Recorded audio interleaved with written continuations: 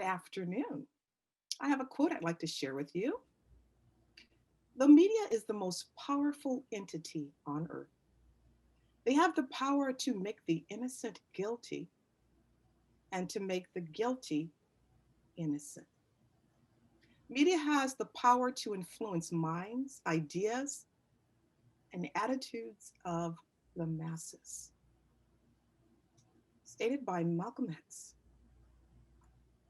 There are many influential factors, some of them material, historical, cultural, and even political, that shape and constrict the life chances of people of color, mainly those that are Black and brown. Media plays a large influence on the stories that we tell and how we tell them about certain communities. Public perceptions and attitudes towards people of color help create barriers to the advancement of people of color in society. The stories that are demeaning, degrading, position people of color as if it's natural or inevitable. A critical structure for maintaining or dismantling these perceptions are mass media. Think about TV, radio, billboards, magazines, and their power to shape popular ideas and opinions about people of color. My name is Asher Hamilton, and I'm the Student Engagement Coordinator here at Four Cs Community College. You know, for many of us, our consumption of media, our diet, can sometimes go out of control. I know when I grew up in front of what they call the boob tube. For many of us, media consumption informs what's female, what's Black, what's white, what's Asian, what's Latinx, what's Native American, even what is rural or what is urban. I ask, who told you? How did you find out that the Boston Mattapan neighborhood is more treacherous or more dangerous than Plymouth? Much of the division as a nation comes from this repetitious, duplicative, and redundant images, symbols, narratives, storylines, news feeds, tweets, and posts that are fed to us. Where did we learn that straight hair is more attractive than curly hair? Where did we learn that dark skin is better than light skin, or light skin better than dark skin? Where did we learn that thinner bodies are more attractive than larger, more voluptuous ones? Where did we learn that sex sells? And I'd like to ask, what does sex really sell, and who does it communicate to? Well, today we have a panel. We'll be hosting a panel talking about the relationship between race, power, privilege, and the production of media images regarding the storytelling of Latinx. It's a mouthful, and it's the reason why we have a wonderful panel today to really get us right into that. Now, let me discuss who's on the panel this afternoon. We have Dr. Lara from Bridgewater State University, who comes with a host of credentials, making him an expert on this particular subject matter. He's a graduate of the University of Georgetown. He has a doctorate of philosophy in Hispanic literature and cultural studies. He also graduated with a master's degree from the same university, a degree in Spanish. His undergraduate degree comes from Cornell University. I would like to say he is more than qualified to speak on some of these very difficult issues that we will discuss today. With him on the panel, we have Reverend Dorlimar, Lebron, Malave. We have also Reverend Alicia, Velez, Stewart. Let me tell you a little bit about their backgrounds. Dr. Dorlimar Lebron Malave was born in Puerto Rico and raised in New York. She's a sister, a daughter, a queer activist, and a believer in change. She currently serves as the lead pastor of the historic First Spanish United Methodist Church, also known as the People's Church in East Harlem. Next, we have Reverend Alicia Velez Stewart, who's a graduate of Suffolk University, and she's received her Master's of Divinity from Boston University School of Theology. She's a pastor of the Bridgewater United Methodist Church in Bridgewater. She's actively involved in the community. Reverend Velez Stewart also serves as a chair of the Greater Bridgewater Interfaith Council as a pastor in residence at Camp Aldersgate in Scituate. What we have this afternoon are some qualified individuals who are going to come to us this afternoon and share on this very important subject matter, after which we will have a Q&A from an alumni student, after which I will come back and we will close the afternoon with a thank you. Panelist? Thank you very much, Ms. Astor Hamilton. First of all, I'd like to start by thanking you for this wonderful and humbling invitation. I also want to thank my other panelists, both Reverend Alicia Velez Stewart and Reverend Dorlimar Lebron Malave. They have agreed to participate in this very important discussion where we will not only discuss and sort of question these images of the Latinx community in the media, but also we will try to problematize the actual terms surrounding Latinx and also talk about how we as members of those communities should also question ourselves and be open to new approaches of how to define ourselves. So I want to start, and I will share my screen.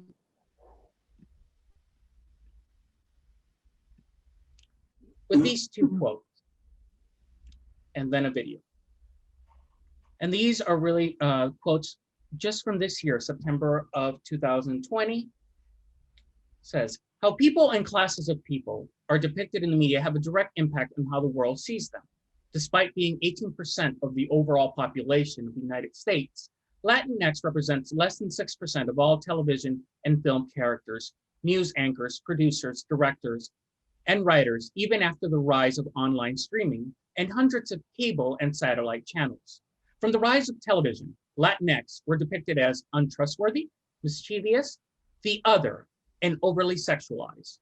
It is through this uncharitable and false portrayal of Latinx that limits us in so many ways in our everyday lives, as told in a very well-known documentary, Latinos Beyond Real.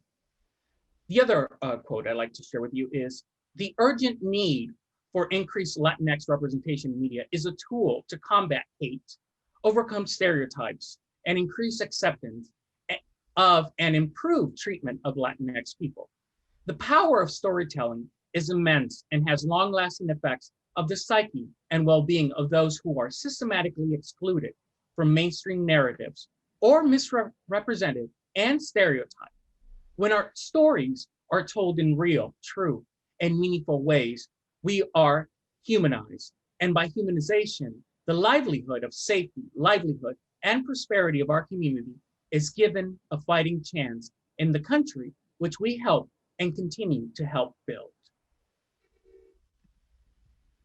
And I'll share.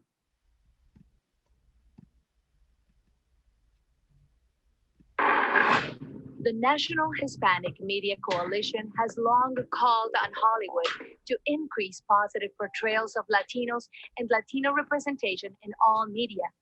Yet, on and off screen, In the narratives that Hollywood largely tells, Latinos have historically and perpetually remained the most underrepresented minority in the motion picture industry in front and behind camera.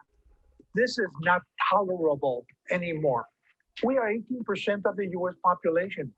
We're $1.5 trillion consumer power. Can't be denied. 24% of all the tickets sold at the ticket booths in the theaters. That's power. We're here to stay, and they were going to demand better from the studios. According to a recent study, only 3.1% of speaking roles were Latino in the top grossing 100 films in 2016. And the numbers for writers, directors, and producers were just as dismal. In its quest to increase Latino representation in the full range of movie making, the NHMC's Action Network, a committee of writers, producers, directors, and actors, held a press conference a month ago announcing it would unleash a year of nationwide protests against the film executives for the exclusion of Latinos both in front and back of camera. So it's one of those where enough is enough. We're not going to stand for it anymore. While the recent Oscar nominations broke barriers for African Americans and LGBT actors and recognized a Latino animated story, American Latino actors were completely shut off of all major acting categories. Good morning. It's an honor for us to be here for the announcement of the nominees of the 90th Oscars. In 19 years of Oscar history, American Latinos have won only 6 Oscars. It has been 6 years since an American Latino actor has been nominated and 17 years since one has won an Oscar. For those kinds of numbers and not to be included, it's a travesty. It's a real travesty that smacks of racism.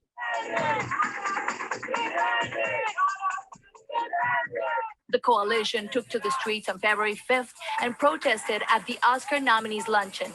It wasn't the Academy Coalition who was targeting, but the studio executives in attendance who have the power to hire Latino talent. I'm here because I'm demanding that this industry must change. It has got to start including the Latino community. We've been asking nicely. We've been part of the process for a while. Now we're making demands. It's about time. If protests don't work, the coalition is prepared to boycott the studios and their films. We make movies popular and successful. Put us in them. We contribute to this country so much, so positively, so financially. We're loyal consumers. It is only with integrity that you would cater to such a group that has made you so wealthy. In the summer of 2018, at a press conference, the coalition took their protests one step farther and called for a boycott of the film studio with the worst record of Latino exclusion, Paramount Pictures. That kind of underrepresentation made it possible for a long-shot vanity candidate for president in 2015 to launch an ongoing campaign of demonization of Mexican and other Latino immigrants, of ongoing racist epithets, of ongoing racist actions. Paramount Pictures and the rest of the industry are complicit in the civil rights violations being committed by the Trump administration. The coalition and its supporters boycotted Paramount Pictures on August 25th, 2018. They're demanding Paramount's executives sign a memorandum of understanding agreement detailing how the studio would solve their Latino exclusion problem. We're going to be working across the country to make them pay. Latinos go to movies, but they don't have to go to Paramount movies. And we'll be asking them to boycott Paramount movies until they commit to changing their record and including Latinos to match the population in this country. We're not looking for special treatment. We want fair and equal opportunity to direct, to produce, to play roles in characters that look and sound like us. And most importantly, to be at the executive level, being able to make decisions. We are seeing change in the industry and we're thankful for it. But where is the Afro-Latino stories? But if there are gatekeepers that are keeping the doors closed from allowing us to do such a thing, then that's why we need to be here, because our voices matter, our stories matter, and they need to be told. No Latinos, no tickets. No Latinos, no tickets. No Latinos, no tickets. No Latinos, no tickets. No Latinos, no tickets.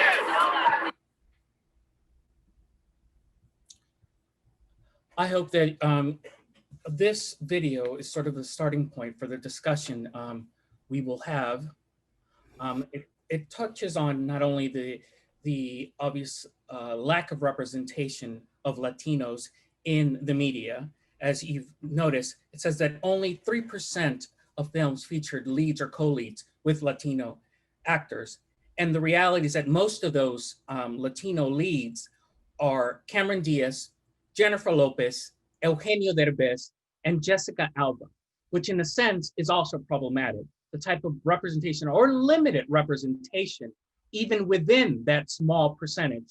And it's something that I know our panelists will definitely have a lot to say in terms of who is being represented and how really it's very difficult to represent Latinos, Latinx populations, when the community itself is so diverse in many ways.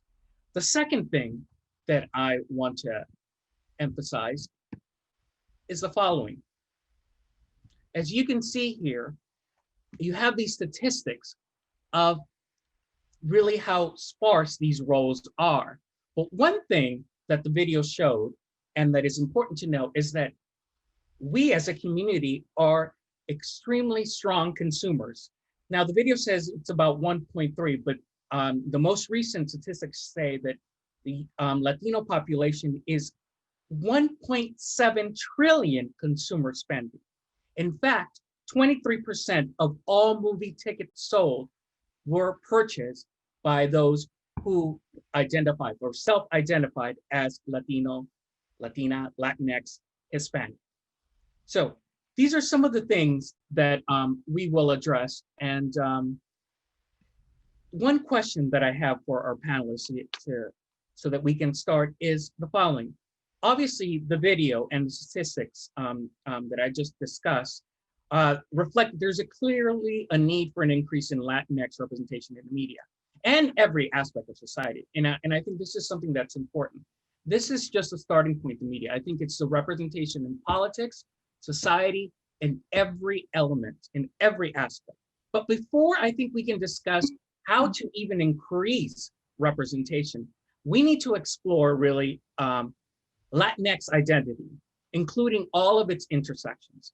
By this, I mean how we are defined and or categorized and how we define ourselves. And to reiterate, the second part is also from that 3%, those names that I mentioned, to what extent is that truly representational of all Latin Americans and Latinx? And here's why I say this, the self-identification. From this slide, we can see that for the most part, Latinx, Latino is not a racial category. Yes, to an extent, we can say that it's an ethnic label, but most Latinos, when they're asked to describe their identity, and this is from the 2015 National Survey of Latinos by Pew Research Center, most self-identified Hispanics, actually what they do, they identify themselves with the nation, meaning what nation they came from or what nation their family, their relatives came from. Obviously, with each generation, that changes. But the reality is that when we talk about self-identification and race, especially with the Latinx community, it's not very simple, not at all. And obviously, I have here to show what the most recent census asks. Obviously, there is a question that says, what is person one, it says here, person one of Hispanic, Latino, or Spanish origin. So you can click no, not of Hispanic, Latino, or Spanish origin. Yes, Mexican, Mexican-American, Chicano. Yes, Puerto Rican. Yes, Cuban. And yes, another Hispanic, Latino, or Spanish origin. And then what is the person's race? This person is then what? Made to click between white, Black or African, American Indian, and some other race. So my question is, how is this problematic in a sense? And is there a value to pan-ethnic terms such as Latino, Latina, and is there a value really to the census? And I will ask our panelists those questions. And to reiterate is, how are we defined and are categorized and how we define ourselves? Also from the 3%, that we've talked about in the media, to what extent is that truly representation of all Latin Americans, Latinx, Latino, Latina? And is there really a value to these pan-ethnic terms? I don't know if Reverend Alicia or Reverend Dorlimar would like to start. I mean, we can certainly talk about the benefits of having a unified identity, but it certainly lessens the importance of the different nuances that there are with the different identities. Something that we were talking about, fairly recently, about like, what is the benefit even of using the term Latinx outside of, academic circles? How many people do we know actually use it or understand where that term has come from? And then what does it do but offer erasure of some of our other identities that are just as important to who we are and how we engage the world and how we intersect with the different aspects of who we are and how we identify. Yeah. I mean, I struggle with the term Latinx for all the reasons that we just heard, and mostly what has given me kind of this language to wrestle with that term, right, and to not just settle for this umbrella where supposedly we all fit in, but as we can see in the media, there's only a particular Latina that fits in, or Latino that kind of fits whatever that umbrella supposedly represents, right? But so Gloria Estefan is a Chicana author and poet, and she coined the term Nepantla. She coined this term Nepantla, which is just a unique way to describe people who are kind of in a threshold place, people who are neither here nor there, people who move among multiple, maybe sometimes conflicting worlds, and who really intentionally refuse to align themselves exclusively with one single thing, one single group, one single belief system. And so that's why it's very complicated to use this term so broadly, particularly when it comes to identifying a particular group. I mean, that could be said for any group, but for me, I think that when it comes to the political aspect of our role in the world, right, that is where this term is mostly used, or it finds its purpose, really. And for me, in my experience, I think what it does is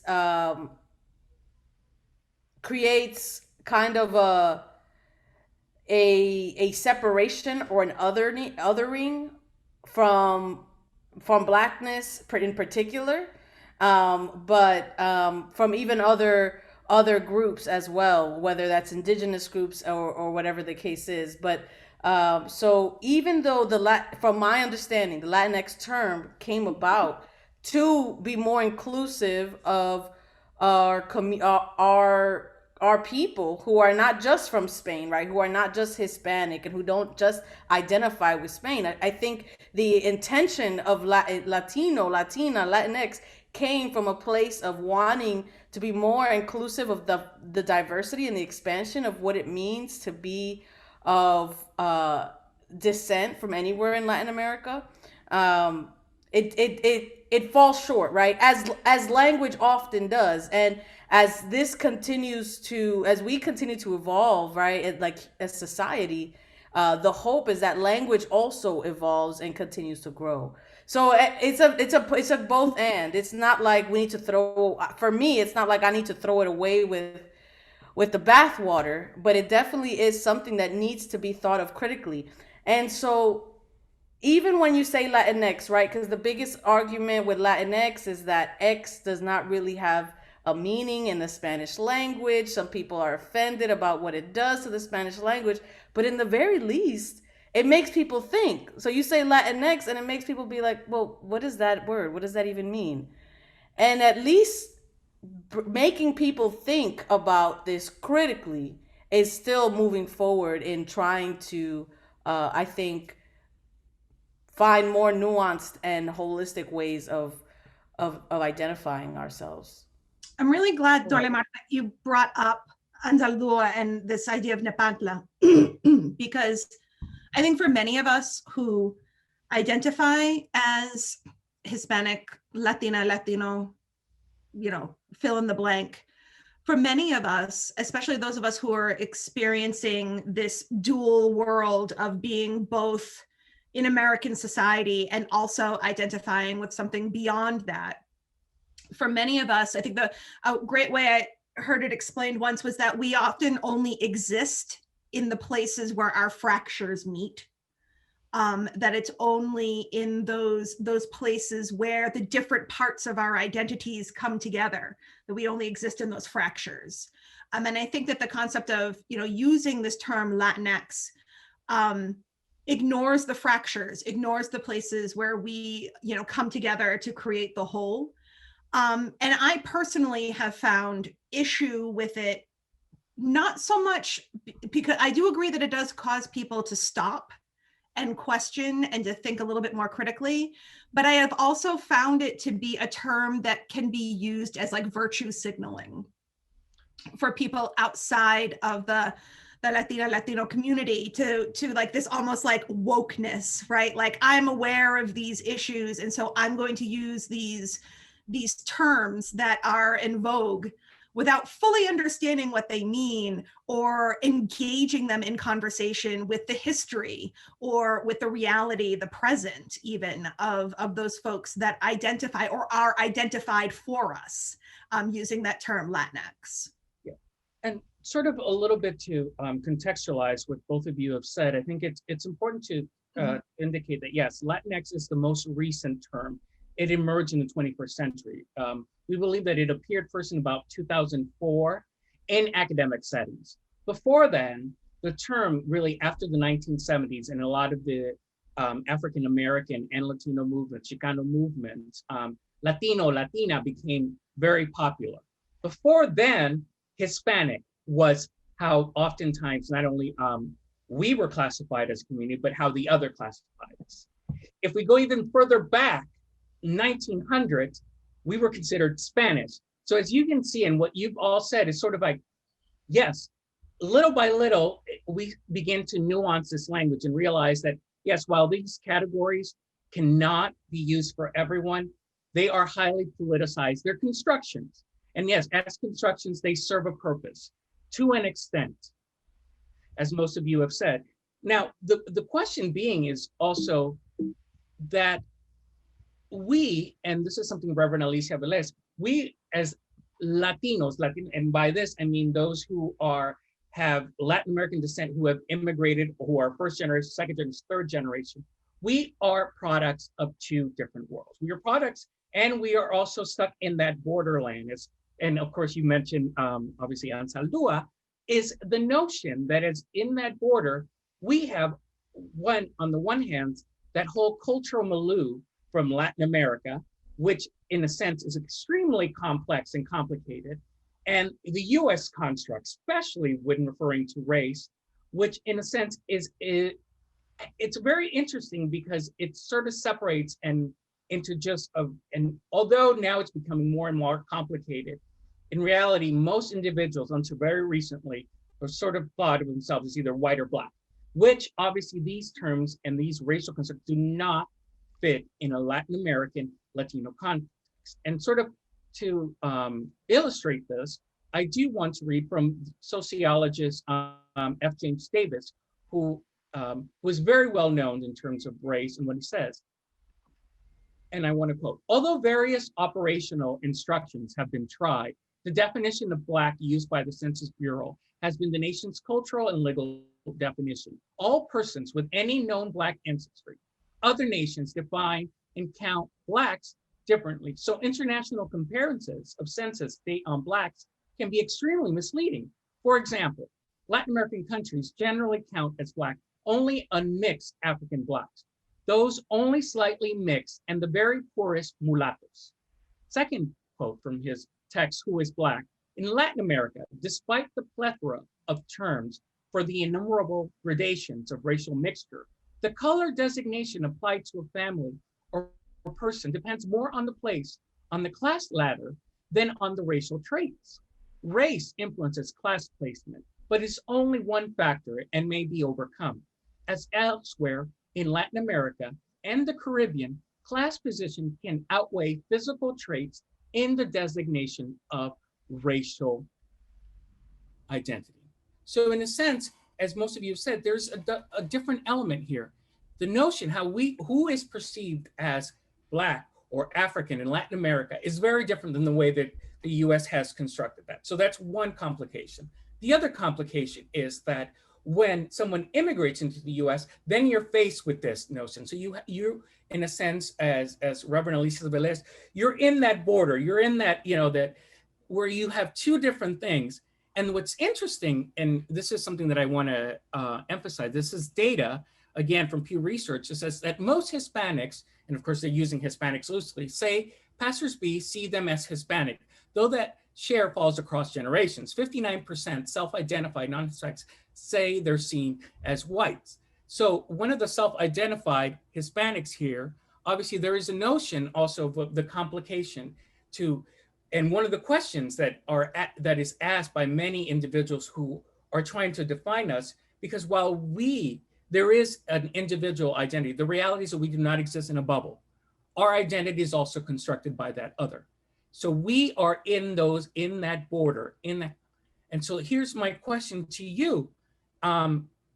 Latin American Latinx communities are products of a history of conquest and colonization, of also immigration, if we want to take it a step further, of predominantly male-centric discourses that have been ingrained in all, whether we realize it or not. So how has this affected the way we describe ourselves and others? To what extent has slavery, religion, and the Spanish language defined us, limited us? And of course, this is tied back to that representation. What we have in the media is a very specific and particular Latino, Latina, Latinx, however you want to use that term. But this, again, is also part of that whole cultural milieu, that whole cultural baggage that we as Latinos, Latin American, Latinx, we can't ignore that conquest, colonization, and in a sense, I would even say neo-colonization that we face here in the US. So Reverend Dorlimar or Alicia Velez, how would you address this? How, these discourses, this history of conquest, colonization, how has it affected us, really? The question I'm saying here, and one I want, really I'm trying to argue, is that before we can even ask the other to define ourselves in a correct or more inclusive way, we ourselves, our community, has to also understand how we define ourselves and come up with something, because we cannot expect the other to understand us when we ourselves have all these questions and continuously question. Right. Well, I mean, God, you want to talk about how much patriarchy and religion shaped our existence. I mean, never mind the fact that Dorlimar and I are both pastors, religious authorities in a primarily white male dominated denomination. But I think a lot of it is, as far as, and this is my opinion, as far as how we have colorism and shadeism that exists within the Latino, or we'll use Latinx population and culture, is that, so much of our history of colonization has been, how do we attain power? How do we attain privilege as it relates to the white European ideal? When we're still using terms like mejor la raza, right? Like when you are, making to improve the race, yes. To improve the race, right? When people marry and outside of the Hispanic or Latinx community. And so we need to look at our history of how even, in the New World, a whole new term needed to be coined to identify those who were not quite Black, African, not quite Indigenous, and definitely not European, right? So we had to come up, again, this fluidity of language, now that we have the term mestizo that never existed, prior to this time, as it related to identifying people as a race. And so much of our history is based on, the whiter you look, the more European your features are, the closer you can get to power, the closer you can to having power and then wielding it. And the church certainly didn't help that situation. When you look back at the practice of baptizing slaves before they came onto the ships, because it would be wrong to own non-Christian humans. Like, let's just break that down for a second. Let's talk about the fact that there were religious leaders on these slave vessels. That this concept of an us and a them, and the closer you are to lightness, the closer you are to God, right? So like this is something that is deeply, we are steeped in that and imbued within it. And so I think that we need to start, that's the big buzzword now, right? Like decolonizing our minds. We need to start recognizing that there is so much of our own hierarchy and caste systems and structures that are about speaking to whiteness, and how close are we to that to be able to then gain some of that power. There's this great, oh, go ahead, Dorlimar. No, finish. Oh, no, it's okay, go. So this is there. I'm gonna lift up another amazing author. Her name is Dr. Emily Towns. She wrote a book titled Womanist Ethics and the Cultural Production of Evil. And basically her argument is that, we use these stereotypes, these caricatures, these ways that have been, these things that have been used to identify people in general, right, as valid representations, right? It is without a doubt that the church has been a tool of empire, a tool of these cultural productions of evils as well, right? They came to our countries and told us that the ways that we worshiped were wrong, and that we needed to worship the way that they worshiped. And we could not change that. We had to sing their songs. We had to,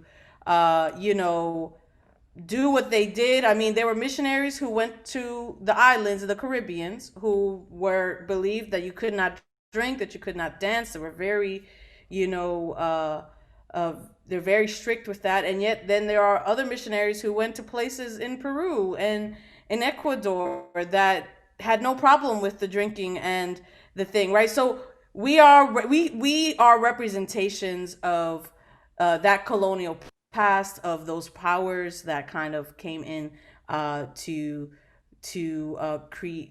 use religion and to use that as a way of dominance, and a way of course, trying to also push us to a white supremacist kind of European standard.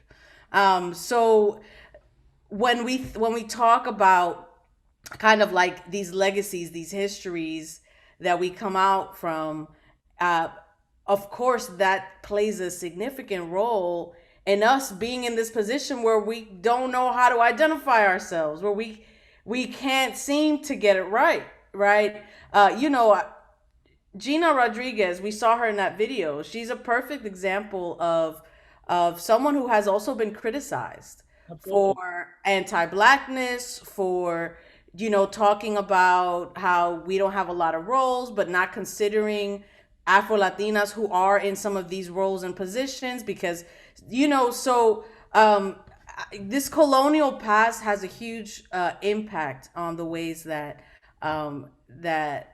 that we engage in this also cultural production of evil. Cultural production is so important. I'm really grateful that we started with that quote about the media and the role of the media and the role of this cultural production, because we have been complicit in a lot of these cultural productions of evil, right? And so part of us even taking the time to think about, how do we identify ourselves? What does this mean?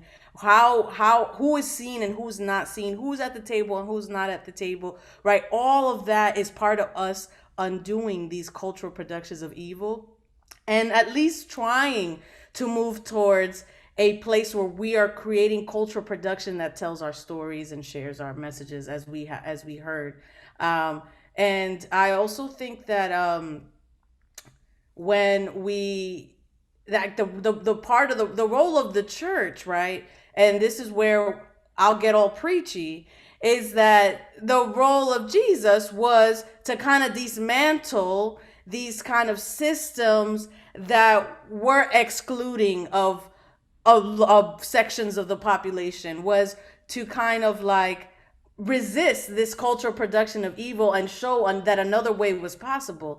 And this is why we hear stories of Jesus saying, like, the first will be last and the last will be first, and almost all his stories leading towards, like, you know, the ways that you think things are supposed to go, the people who are supposed to be in power, the people who are really seen, that's not how we're supposed to be doing it. There needs to be an expansive table for all. And so when we talk about the significance of representation, the significance of this cultural production that actually even attempts to display the complexity of who we are, I think that is how we move towards a more holistic approach to this naming of ourselves. And a piece of this is, to me, is also not waiting for anyone to name ourselves, but us ourselves creating this kind of production, not waiting for the Paramounts of the world to give us space to do this, but how do we think creatively to start creating our own spaces?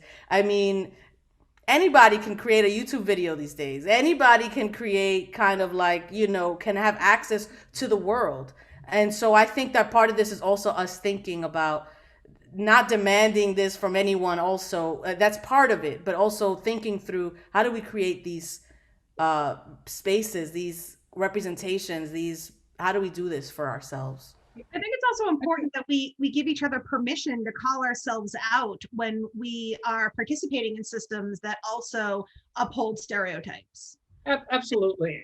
And sorry, I think go ahead, Alicia. No, go ahead. I'm sorry. I just Well, one of the things I think you're both mentioning is obviously there is a systemic problem rooted not in obviously a long history of colonization. And perhaps we can even call it a double colonization. But the other issue is the fact that our language, the way we ourselves are what we're using, is also using the status quo. In a sense, the status quo is still white, and that's not how it should be. And so there is that issue there, I think, further. And sort of before I do want to share 2 other videos that will allow us to talk a little bit more about something that I want to discuss, is how, as a community, and I will blame ourselves too, you know, and I'm not saying all, but a lot, we ourselves sort of are prejudiced, you know, because we have ingrained a lot of those things, especially when it comes to race, to, as Reverend Dorlimar said, to Blackness, and of course to gender, sexuality, and even gender identification. And let me.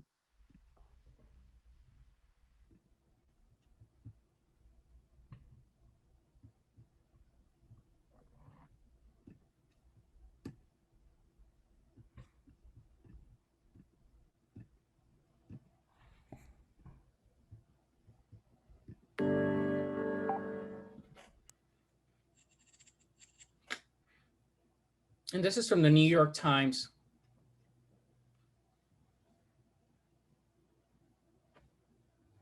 I think the Latino identity is pretty confusing to me because oftentimes I find it in a little checkbox on a form and I'm confused on whether I should put Latino or Hispanic, but I'm Mexican. As Latin Americans, as Hispanics in the US, There's a community that gets built regardless of which specific country you're coming from. In our history is a history of African people, indigenous people, Europeans, conquistadores, all these different people colliding, many times not with their consent. So that informs all these loaded issues people have. It's like navigating three identities. Sorry. If you're from the States, you're American, you're Black, and you're Latina. Furthermore, wherever country that you identify and coming from. And that's a lot to navigate. But at this point in my life, I actually don't identify as Guatemalan. And it's something that I guess a lot of like young immigrants sort of feel, where there's this saying like, ni de aquí, ni de allá, not from there, not from here. In trying to blend in with the culture in America, I gave up a lot of what I grew up with. Maybe I saw it as something that was kind of shameful or in the way. I wanted to dress like my friends in America. I wanted to talk like them. I wanted to be like them, listen to the same music. I started listening to country music. I got all these crazy questions like, did you come here in a canoe? And do you know what snow is? And do you live in a hut in Puerto Rico? I thought my name was Spick until I was about 13. And that was my first awareness that race was an issue. People say, oh, you look like a white dude. In some context, not in all contexts, depends where I am, depends who I'm with, depends whole lot of things. Depends what language I'm speaking. But however I look, when I leave my name, I can't get a phone call back about an apartment in New York City. And this isn't like 10 places I call, this is like 30. And I remember telling a kid one time, I was like, let me tell you, the Ku Klux Klan comes here and they see your last name, you're going too, bro. You know, and the kids are like, what are you talking about? And it was like a big thing. People generally, you know, unless I speak Spanish, you know, people assume right away, I mean, that I'm African-American, that I'm Black. You know, I mean, it's, you know, just one of those things. It may be the deep voice, it may be the color of my skin. Because I talk white, I'm not Dominican, or I'm not Black, or I'm not Afro-Latina, or whoever people perceive me as of being.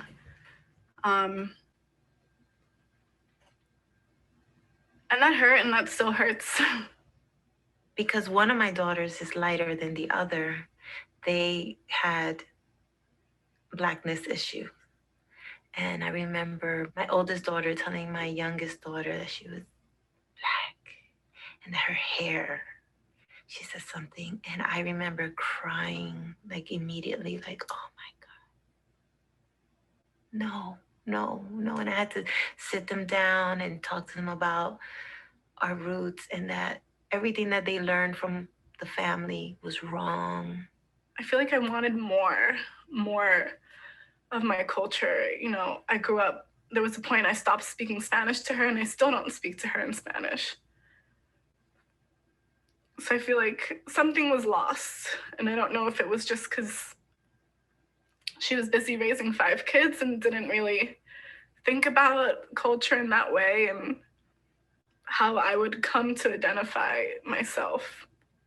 Growing up, you know, like this, as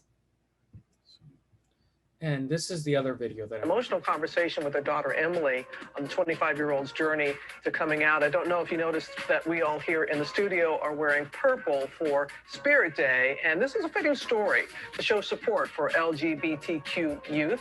Janae Norman is back with more on that candid conversation. Good morning again, Janae. Hey, Robin. Yeah, and Spirit Day coming just days after National Coming Out Day, and the family sharing their journey, one shared by so many families, to acceptance as Gloria's daughter, Emily, decided to live her truth.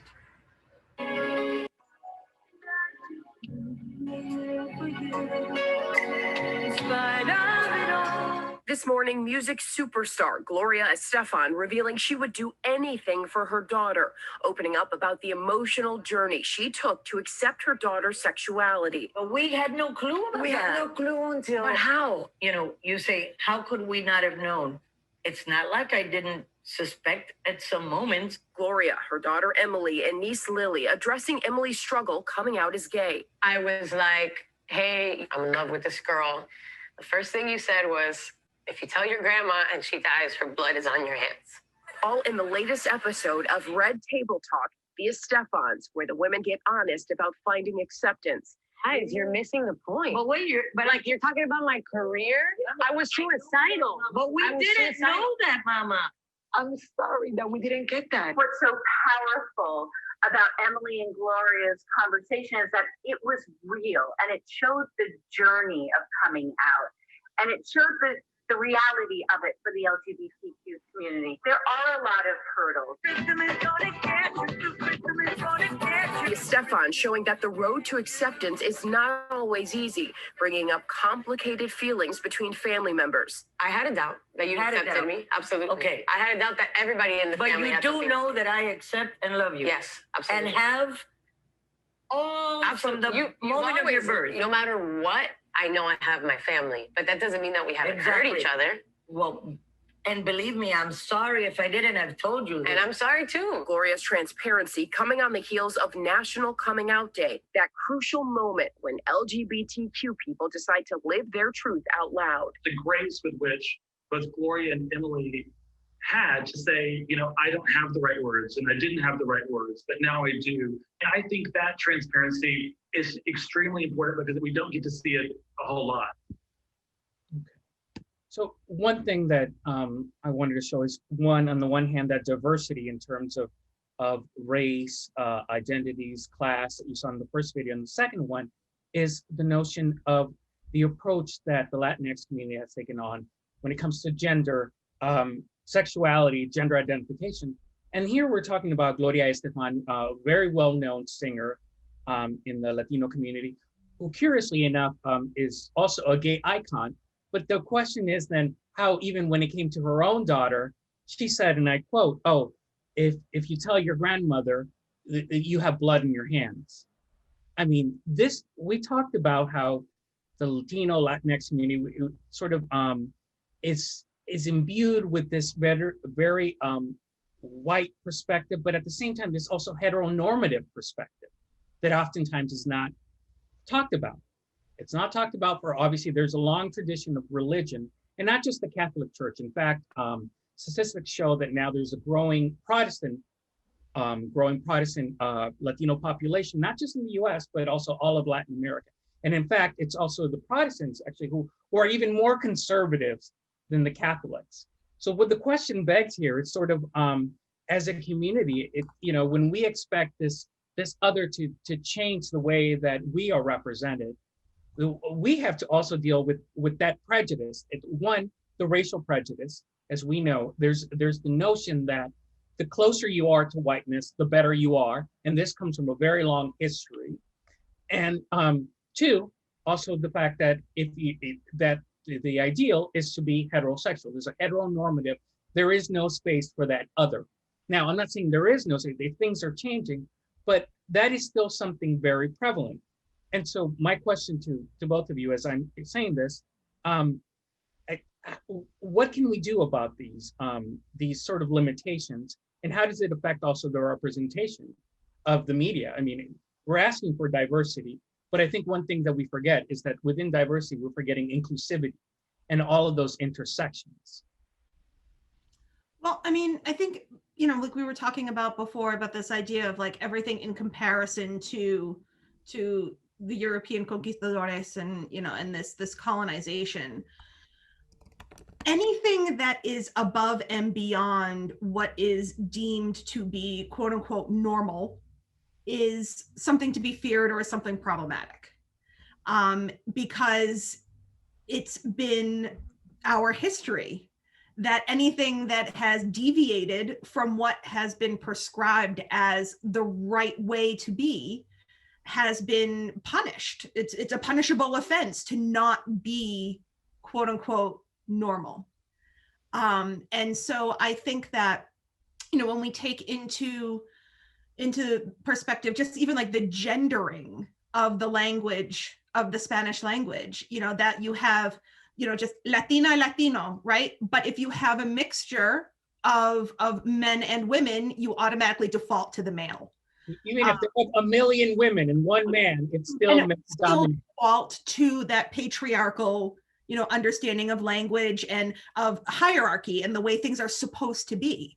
When you look at the religion wise, when you look at the creation story, there's 2 creation stories, but what is the one that everyone likes to hold on to? They like to hold on to the second story where woman is made of man, as opposed to the first creation story where both are made at the same time of the same stuff in the reflection of God. And oh, by the way, whomever else was there with God, let us make them in our image. Spoiler alert, there was more than one person there. But I'm just, so this is part of it, I think, and kind of what I was getting at before with this idea of like calling ourselves out when we perpetuate stereotypes. I mean, the situation with Gloria Estefan is a perfect example of, like you said, someone who is a gay icon and yet still perpetuating this idea of heteronormativity because that is what has been deemed to be right. And so we need to be able to give ourselves, I think, to your question of how do we fix this, right? We got to be able to give ourselves permission to talk back to tradition, to talk back to history, to talk back to our elders and our ancestors, and to be able to say, yeah, okay, what you have created is what allowed us to survive, but that doesn't make it right. When you consider that so many of us who identify as Latina, Latino are embodiment of the colonized and the colonizer, that if it weren't for this ugly situation and time and history, we would cease to exist. And so there were certain things that I think our ancestors had to do in order to survive, to allow us, to give us permission to be able to now question these things. We're not in a post-colonial time yet. Like we're not there. And I don't know that we ever will get there, at least not in my lifetime.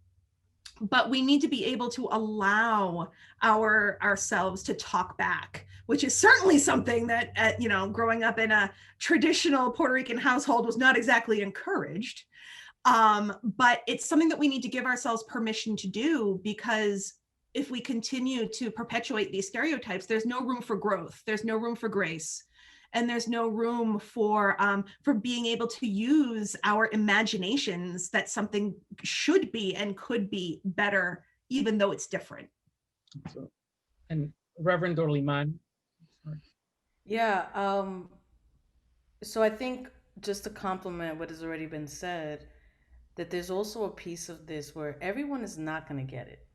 Like, we can have these conversations with our parents, we can have these conversations with our elders, with our pastors, and everyone is not going to get it. And there was a part of this, right? A part of my coming out story was something similar, like, make sure you don't let the grandmother know, and it was like a big deal in my house. I mean, my mother called all her siblings and told them all, because everybody needed to start praying for me intently.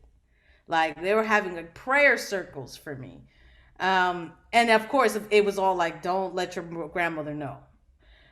So I relate to this story a lot. And there has to be there was a piece of me that had to come to terms with, like, this be a piece of being gentle with each other, right? So like my parents were only doing what they knew to do. And one of the things that I share often is that, like, when it comes to religion and culture and queerness, it has a lot to do with a person's salvation, like your soul, right? And what is going to happen to your soul and how you care for your soul. And so in my parents' mind, I was losing my soul when I told them this. And so there had to be a piece where I was kind of like, they're doing the best that they can with the tools that they have been given that they've had. Now, I can show them that there are new tools and there are new ways of thinking, but this is a journey that they kind of also need to do on their own.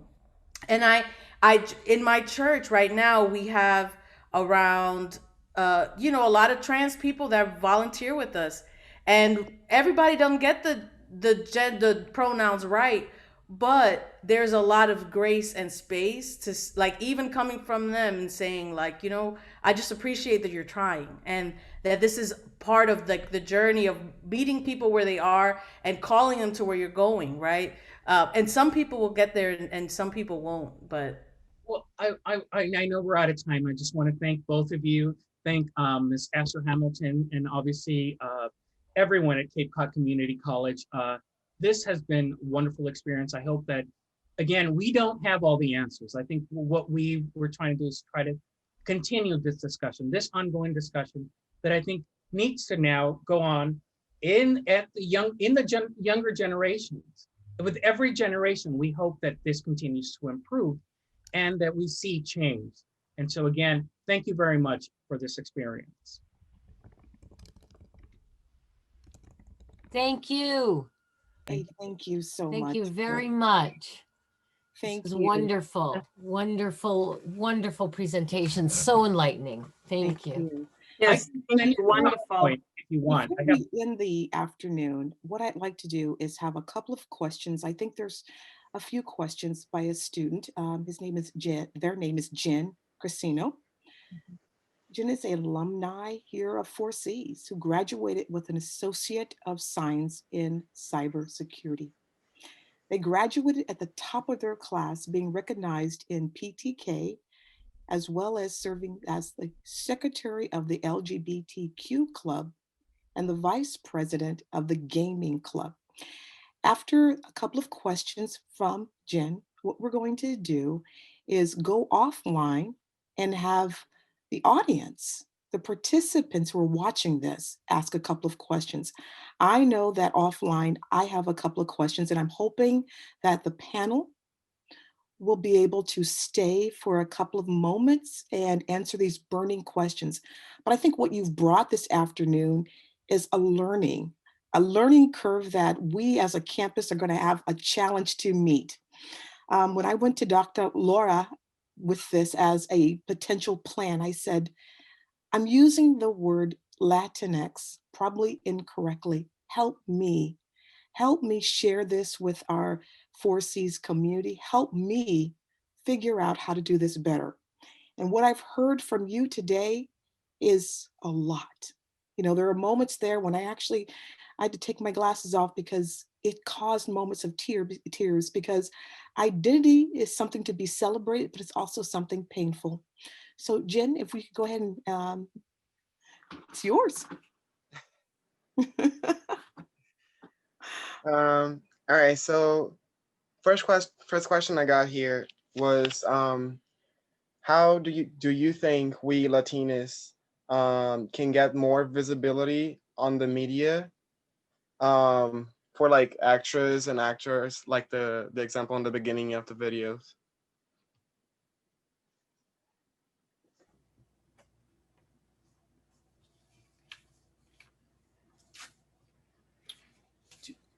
Dorlimar, it seems like you're ready. No, I didn't know if we were waiting for other questions or we're gonna go one at a time.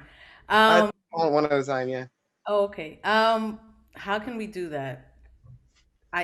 I'm a firm believer in creating our own spaces, creating our own, you know, I don't know what it takes to make a movie or a film, but I'm assuming a production company or something. And not just on our own, but looking for ways to collaborate with other communities that also experience this kind of thing, you know, like what would it look like? Because there was also a hashtag Oscars So White, because there was a lot of the Black community that was protesting that too. So what would it have looked like if it was both the Black community and the Latino community protesting outside of that Paramount theater? Like, I think sometimes we think we got to do these things in isolation and on our own. And we don't understand, we don't remember that when we come together, we are more powerful than if we're separated. So that would be how can we partner with other, you know, organizations, other groups that are in the same mindset? Yeah, I would agree with Dorlimar.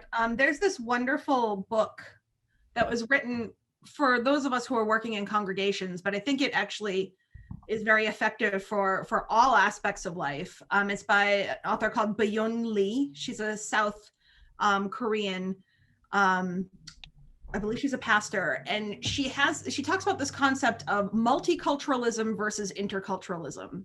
And it's kind of what Dorlimar was talking about with this idea of, in multiculturalism, it's those who are on the margins are all speaking to the center to try to gain power and control.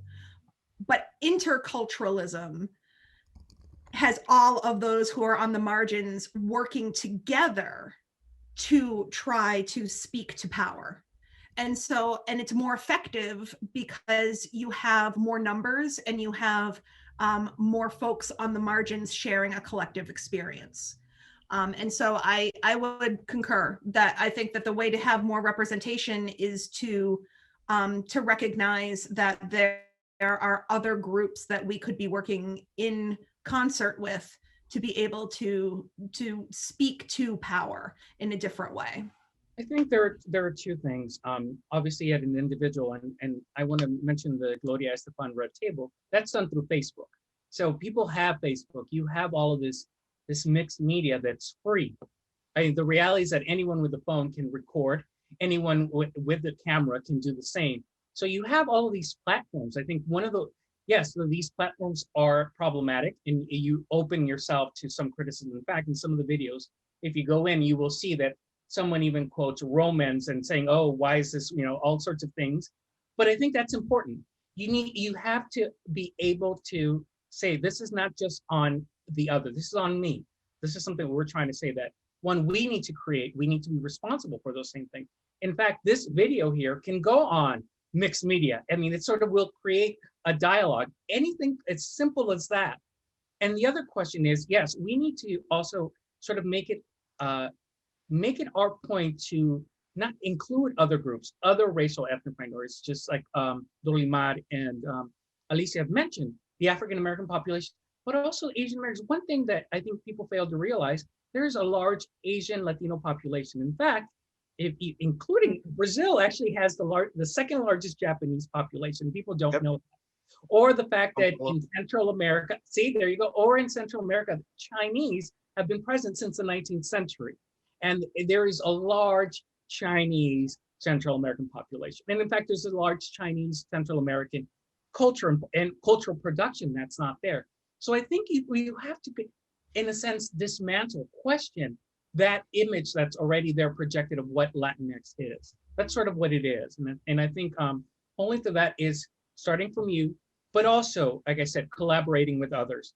And looking at this as more of an intersectional identity. This is something that I emphasize, that there isn't one Latino, there isn't one Latina, there isn't one Latinx. It includes so many individuals from race, gender identities, sexualities, even self-identification. So that's sort of what I think should definitely be. All right. Another question I got here is like, other than talking back, like Reverend Alicia was saying, which is like really frowned upon on the Latino communities. What do you guys believe can be done to fight like this cis-het issues? The cis-heterosexual issues? I mean, I think we need to start looking at really subversive actions in a different way. I think that anything that we do can subvert the status quo. I'm just thinking along the lines of just what I do for a living. So many of these places and spaces that I find myself in were never intended for me. This idea of like being in a pulpit in a church was never intended, never mind for women, but definitely not for women of color. And so in many ways, just my mere presence at some of the things that I attend is a subversive action and a way of talking back to the past and to history without ever having to open my mouth, which I know is hard to believe. But it's definitely, I think that we need to start looking at how our presence can be a means of calling attention to something that needs fixing. Mm-hmm.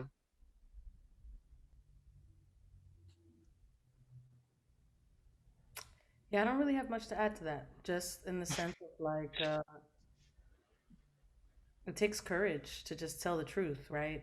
I mean, and sometimes that's literally what it is. It's literally just telling the truth.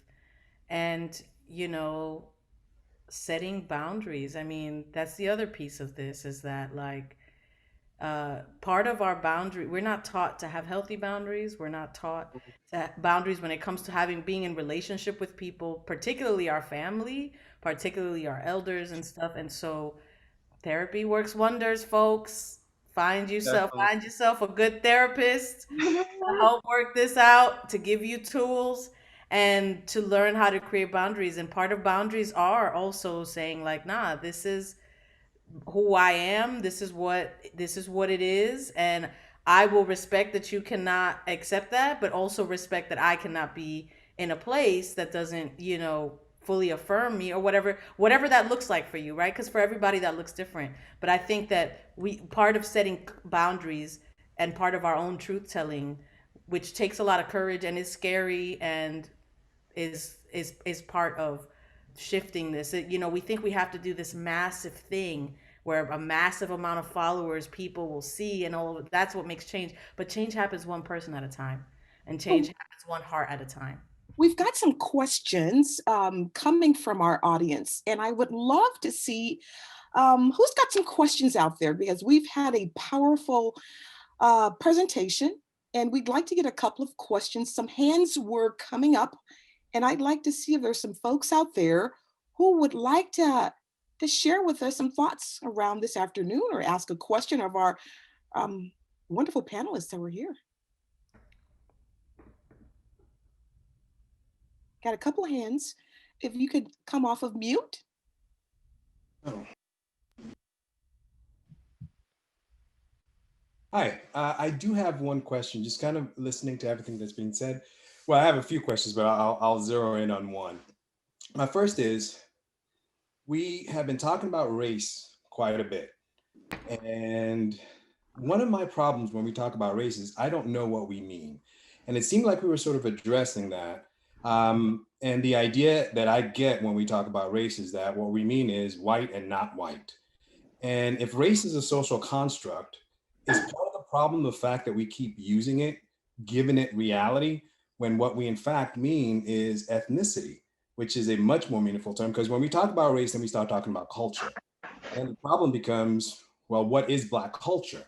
So is the use of the word race part of the problem? Because it assumes that there is such a thing as race and that we are all different, when in fact what we mean is ethnicity.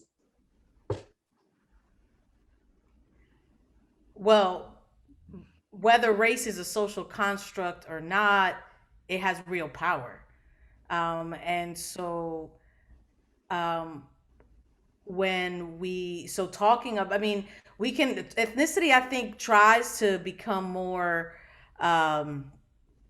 specific, but I think when it comes to race, that is a very real construct that exists in all systems in our society here, in the world really, but we're focusing mostly on the society here. And the race binary in the United States is Black and white.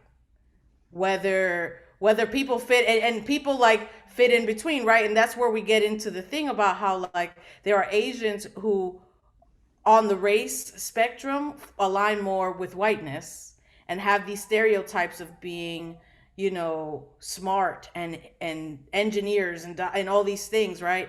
And then so for me, for to say that race is not a term that should be not used anymore, I wouldn't say that,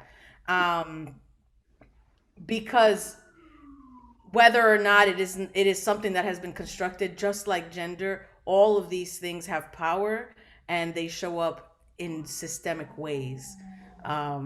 So I want to say that about that.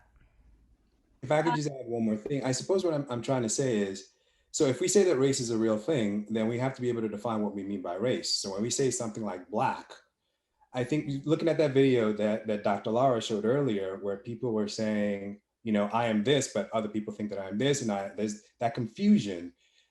How would we define Blackness? How would we define whiteness? And if we can't define it, then doesn't that lead to this problem where people are creating their own definitions and a lot of confusion? And Yeah. it's just out of curiosity that I'm asking this. I hope you understand that. Oh no, absolutely. And I can chime in, since here's the thing: race is a construction, but the issue is that race is based on what we consider actual physical and moral characteristics, whether it includes skin color, hair, etc. Yes, we're all different. That's not the issue. The issue is when those differences are utilized to create hierarchy and to exclude others. So the question is, yeah, it's a construction, but unfortunately, the language we have and the way we have created those categories are based on those characteristics. And I'm taking obviously a more cultural studies perspective. Everything is a construction, everything is tied to power. Now, the same thing with ethnicity. You might say, yes, it does include some elements of culture, but the reality is that when you start to define, you're saying this ethnicity is defined in certain ways, and it includes such and such things. At the same time, what you're doing is also creating boundaries. You're creating a center, and so you're excluding others. So that's sort of how my approach is. Race and ethnicity are both constructs, but they're based on what we consider physical, moral, and in the case of ethnicity, cultural characteristics that define an individual and a community. Nice. I hope that answers a little bit of your question. Nice. And I would also add, I'm a storyteller. Like, this is how I operate. And I think that we also have to remember that, yes, as everyone has said, race is a construct, but so much of what we do is in the real world, where a lot of folks, that's not their way of thinking. We are a people who like binaries. We are a people who like to be able to identify what is and what is not. And so much of what we do in our everyday is really what affects our spirituality, our psyche, our physical ability to move and exist in the world. And so sometimes we have to default to a language that people can understand, that people are immersed within, to then be able to create the change that we need. And an example of that is my first year in seminary. I'm sitting in class and I have a professor who continues to say and talk about the single ontological creative event. And I have no idea what's going on, but it sounded important, so I'm writing this down. And I'm writing down the single ontological creative event, single ontological creative event. What the hell is this? And then it hit me 3 weeks in. Dude's talking about God. Wouldn't it have been so much easier to just use a 3-letter word to try to convey this incredibly heady concept than to force me to write down a sentence that I don't even understand to try to speak intellectually about it? And so I think about that moment, and I think about those moments where I am in a space with folks who are not part of academia and who race is real for them because that's how they identify who they are in relation to other people. And in order to break down that barrier, I need to be able to use the language that they are using to be able to then deconstruct it, to reconstruct something else that's going to allow them to enter into the conversation at the point where they are at. So while I don't disagree with what you're saying about the concept of race and is that creating even more of an issue, the reality of it is that so much of the work that needs to be done is not in these kinds of spaces, but are in the everyday, us walking around in the grocery store, in the pharmacy, on the street. And we need to be able to be comfortable in our own understandings and deconstructing and reconstructing before we can start doing the real work. And so sometimes we have to default to that language that may or may not be helpful going forward, but is certainly the starting point for the moment that you are in. Does that make sense? Does that kind of make sense? Maybe? Yeah, but it's also the naturalized language. I think one of the things we have to tell people, it's become so natural for you, you don't even question it. So part of that is also questioning. I mean, first of all, who said that their racial categories are based on hair? Why is it that, or skin color? That's what I'm saying. Yes, this is all part of reality. We're different. And no one is denying those differences. What's the problem is the values attributed to those differences. We have a question from Mia. If we could go ahead and ask that question. Unmute yourself, please. Sure. I think my question is with colorism, and it kind of relates to what everybody has been saying here. When we think about race, we think about ethnicity, and now that we've kind of graduated from Black and white to people of color, and I've seen people have a hard time with that because color means you have to look a certain way.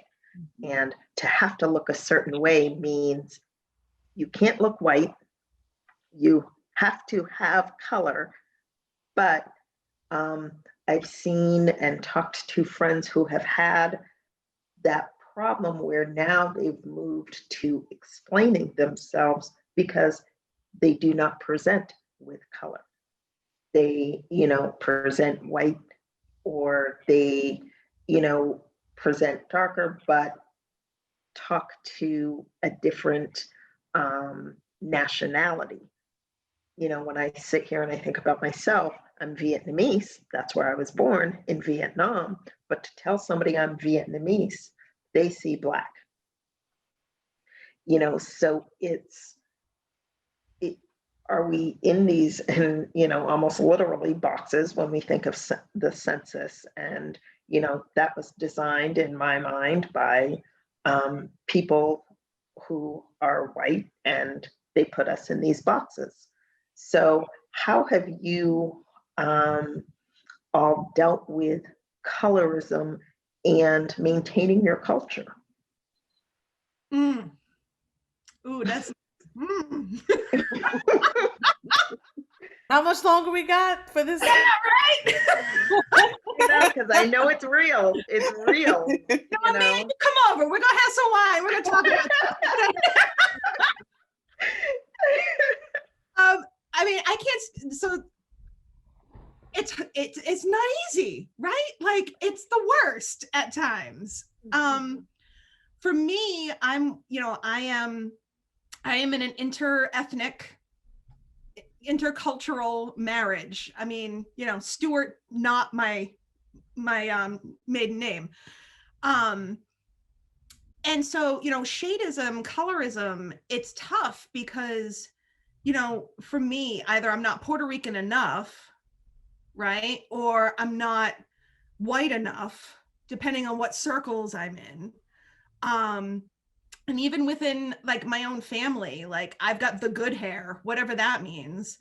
Personally, I think Dorlimar's got the good hair, but we're talking about different things here. But yeah, it's how do you deal with it? You just make your way through. I mean, I really don't have, how do I deal with it? It's back to the comment before about like everything being a subversive action. I will make you say my name right. I'm sorry, like that is my way of asserting that no, your mispronunciation of my name does not mean that my name is the problem. Right. Or just, having to justify my Latinidad to others who, would see me as not as Latina, whatever, again, whatever that is, because I exist primarily in white spaces. Again, I only exist in the fractures, right? I'm only existing in Nepantla, in the borderland. The way I do it, the way I deal is I find community and I make my community. And that was never more apparent to me than when I was in seminary. And just, Dorlimar became part of my community. We had other folks who were part of our community, and you create it. And many of us find our community because of the ways in which we are different that are the same. you know, as we speak back to the overall, you know, culture. But it's just about like being present and owning your truth, owning who you are. And like I said, you will pronounce my name right. You will pronounce my children's names right. You will not, you know, fill in the blank, you know, keep me from doing things, or, you know, ask me to question whether my hoops are too big or my lips are too red. Like that is who I am. That is my truth. And all I can do is assert it in a way that allows me to feel safe. That's number one. And then have a community that I can then, in a sense, commiserate with. And that in and of itself is a coping mechanism. Is to find the ways in which, and the people in which you can have that commonality, and give yourself permission to dream and imagine, and use that imagination to create spaces for yourself with an eye toward what do others need. Right. You know, but again, then you got to get boundaries, and who's good at that? I'm still trying to figure out boundaries and what this self-care thing is. It sounds awesome. Yeah. But I have yet to figure it out. But yeah, I think as far as like how do you deal with it? Again, it's like talking back. You just have to be able to feel confident enough in who you were made to be, to then assert that and live that truth, no matter what that looks like. Thank you so much. Thank you very much for the panel coming in. Thank you, Dr. Lara, Dr. Malave, Reverend Malave, and Reverend Stewart, Reverend Velez Stewart. Thank each and every one of you for sharing your truth. I know that this is a very salient topic. It's a very heated discussion because so many of us are dealing with something very, very difficult: identity. Who you decide that you want to be called, when you want to be called, and that shouldn't come into question. It's a hard discussion, but it's something that it needs to happen. I'd like to kind of put a plug in that we have a trustee election coming up. I'd like to invite you to come to a few of our debates for the audience there. We have a debate happening on Thursday and another one happening on the actual Monday of next week. I'd like to also put a plug in for Jen Corsino's YouTube channel. The name is their YouTube channel. I'd also like to say really what's important here is vote. The national election that's coming up on the 2nd, it's Tuesday. I really need you to vote. I need you to vote like your life depended upon it. My name is Asher Hamilton. I am the engagement coordinator here at 4Cs. And I look forward to the next event that will be happening, and that's next week. Thank you. Thank you so much for having us. Thank you, everyone. Thank you.